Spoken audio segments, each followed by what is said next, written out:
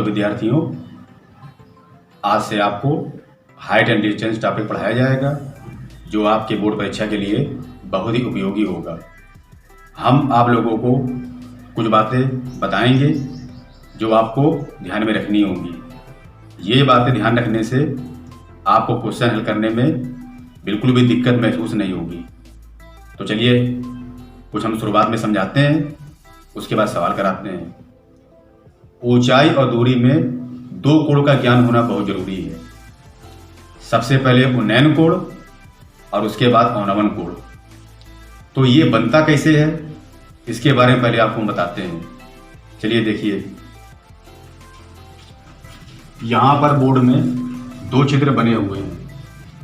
एक उन्नयन कोण का बना है, एक बना है अवनमन कोण का। तो सबसे पहले उन्नयन कोण बनाने की शर्तें क्या होती हैं। उन्नयन कोण बनाने के लिए जब हम किसी वस्तु को देखेंगे तो वस्तु हमेशा आंख से ऊंचाई पर होना चाहिए, या हम कह सकते हैं कि जो आंख की क्षैतिज तल है उससे ऊंचाई पर वस्तु होना चाहिए। अब बात आती है क्षैतिज तल क्या होता है। तो हम लोग जब किसी वस्तु को देखते हैं तो हमारी आंख वस्तु के आधार से जिस रेखा पर मिलती है उसे क्षैतिज तल कहा जाता है। मान लीजिए कोई एक खंभा खड़ा है तो हमारी आंख से खंभे के बीच की जो क्षैतिज दूरी होती है इसको क्षैतिज तल कहा जाता है। अब दूसरी बात आती है दृष्टि रेखा क्या होती है। तो हमारी आंख से जो रेखा वस्तु को मिलाती है उसे दृष्टि रेखा कहा जाता है। यानी अगर हम लोग एक खंभे को देखते हैं तो हमारी आंख से जो खंभे को रेखा मिलाती है उसको क्षैतिज रेखा कहा जाता है, और हमारी आंख से जो रेखा खंभे की चोटी को मिलाती है उसे दृष्टि रेखा कहा जाता है। तो यहाँ पर एक पतंग आसमान में उड़ रही है। बिंदु सी पर पतंग है और बिंदु बी पर एक व्यक्ति खड़ा है। तो ये व्यक्ति पतंग को देख रहा है। तो जब ये व्यक्ति पतंग को देख रहा है तो पतंग इसकी आंख से ऊंचाई पर है और इस व्यक्ति को प्रेक्षक कहा जाएगा। प्रेक्षक का मतलब होता है देखने वाला। तो इस चित्र में बिंदु बी पर व्यक्ति यानी कि प्रेक्षक है और बिंदु सी पर पतंग है जो एक वस्तु का कार्य कर रही है। तो जब वो व्यक्ति इस पतंग को देखेगा तो उसे अपना सिर उठाना पड़ेगा। इस स्थिति में जो हमारी दृष्टि है एक कोण बनाते हुए मुड़ जाएगी। इसको उन्नयन कोण कहा जाता है। अब बात आती है अवनमन कोण किसे कहते हैं। तो अवनमन कोण के लिए वस्तु हमारी आंख से नीचाई पर होना चाहिए। जैसे यहाँ पर आप लोग देख रहे हैं कि जमीन पर एक गेंद पड़ी हुई है और एक व्यक्ति खड़ा है। तो वो व्यक्ति जब जमीन पर पड़ी हुई गेंद को देखेगा तो उसको अपना सिर इस तरह से झुकाना पड़ेगा। तो जब वो सिर झुकाएगा तो उसकी आंख नीचे की ओर मुड़ेगी। तो इसको अवनमन कोण कहा जाएगा। यानी दोनों बातें निश्चित हैं। उन्नयन कोण तभी संभव है जब वस्तु प्रेक्षक की आंख से ऊंचाई पर हो, और अवनमन कोण तभी संभव है जब वस्तु प्रेक्षक की आंख से नीचाई पर हो। तो ये दोनों बातें सबको समझ में आ गई हैं। अब यहां पर 4 सवाल बोर्ड में लिखे हुए हैं, जिसमें से कुछ सवाल हम पूरा बताएंगे और कुछ सवाल हल्का सा समझाकर आप लोग को घर से करने के लिए देंगे। तो सबसे पहला क्वेश्चन हम पढ़ते हैं। किसी ऊर्ध्वाधर स्तंभ के पाद बिंदु से 60 मीटर की दूरी पर क्षैतिज तल पर स्थित एक बिंदु पर उसके शिखर का उन्नयन कोण 30 अंश है। स्तंभ की ऊंचाई ज्ञात करनी है। कुछ बातें आप लोगों को और समझनी होगी, जैसे मीनार, स्तंभ, मकान की दीवार, खिड़की, पहाड़, पहाड़ी, जो भी ये आकृतियां हैं ये सब भूमि पर लंबवत खड़ी की जाती हैं। इसका मतलब ये है ये भूमि पर 90 डिग्री का कोण बनाते हुए खड़े की जाएंगी और इनको हमेशा एक सीधी रेखा से प्रदर्शित किया जाएगा। तो देखिए कैसे चित्र बनाया जाएगा। एक ऊर्ध्वाधर स्तंभ, तो यहां पर एक हम ऊर्ध्वाधर स्तंभ बना लेंगे ए बी, ये हो गया ऊर्ध्वाधर स्तंभ। ये ऊर्ध्वाधर स्तंभ हो गया।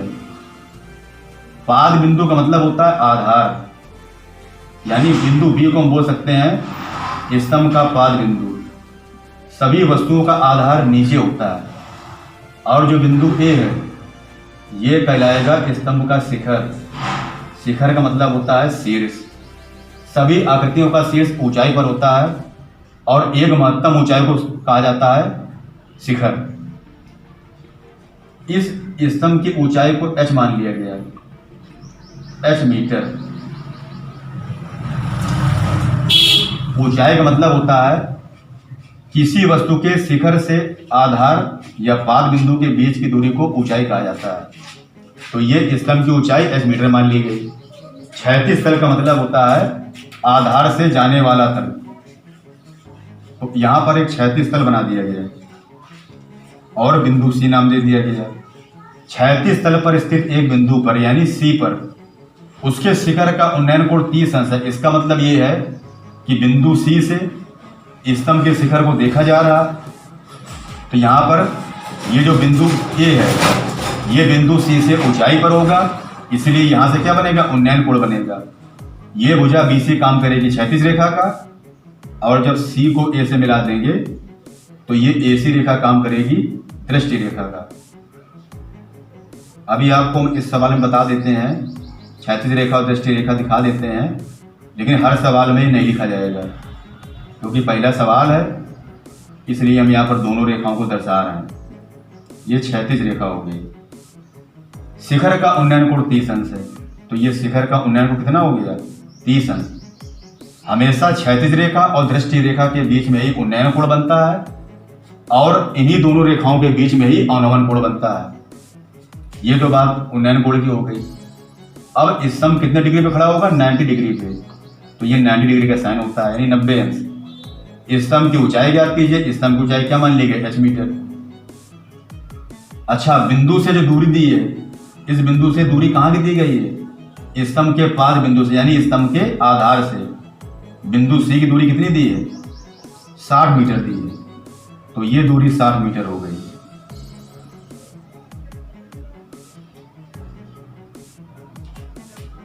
स्तंभ की ऊंचाई ज्ञात करनी है।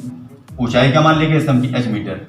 अब यहां पर चित्र पूरा बन चुका है और अब यहां पर क्या लिखेंगे, तो सबसे पहले इस सवाल में मीनार की ऊंचाई h मीटर, मीनार की नहीं, स्तंभ की ऊंचाई क्या मानी गई, h मीटर। तो यहां पर जो स्तंभ की ऊंचाई है ये मानी गई है, तो माना स्तंभ की ऊंचाई,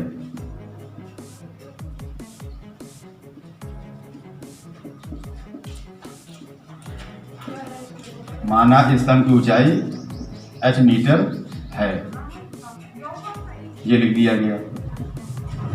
अब यहां पर लाल बटे कक्का का नियम ध्यान रखना पड़ेगा। देखिए क्या नियम होता है।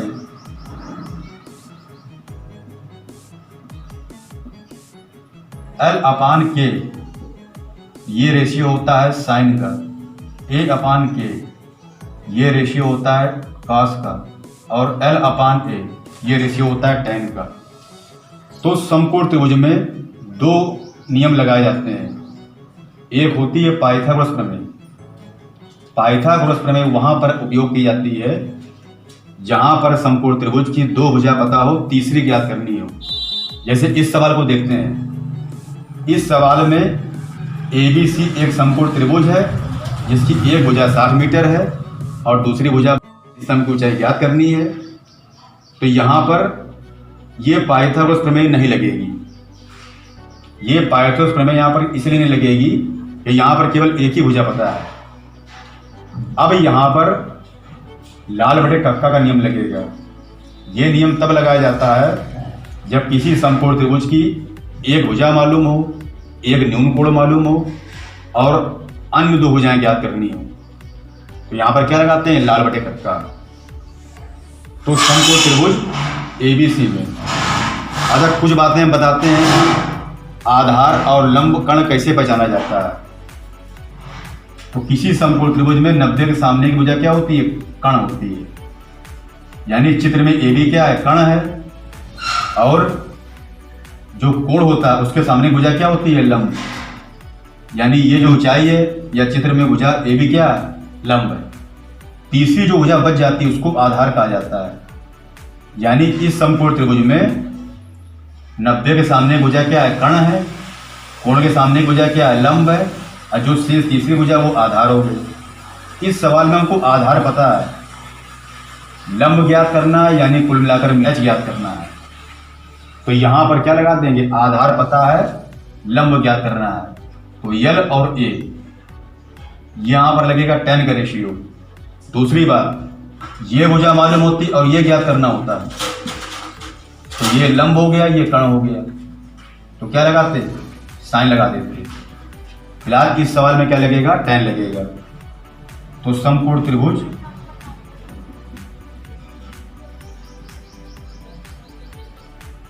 ABC में यहां पर tan 30 अंश लगा देंगे।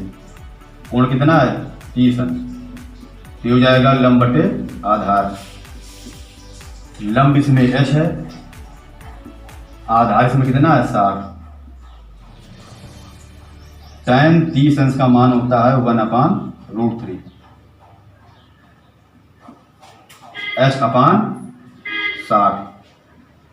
त्रिज्या गुणा करा लेंगे, तो यहां से जो H√3 बराबर आएगा ये आ जाएगा 60। अब यहां से जब H का मान निकालेंगे तो ये 60/√3 आ जाएगा। तो यहां पर गुणा किसका करा लेंगे, √3 का, ऊपर और नीचे, तो ये 60√3 हो जाएगा, और ये √3 कितना हो जाएगा, 3 हो जाएगा, 20√3 हो जाएगा। इसका मतलब क्या हो गया, H बराबर कितना आ जाएगा, 20√3 मीटर।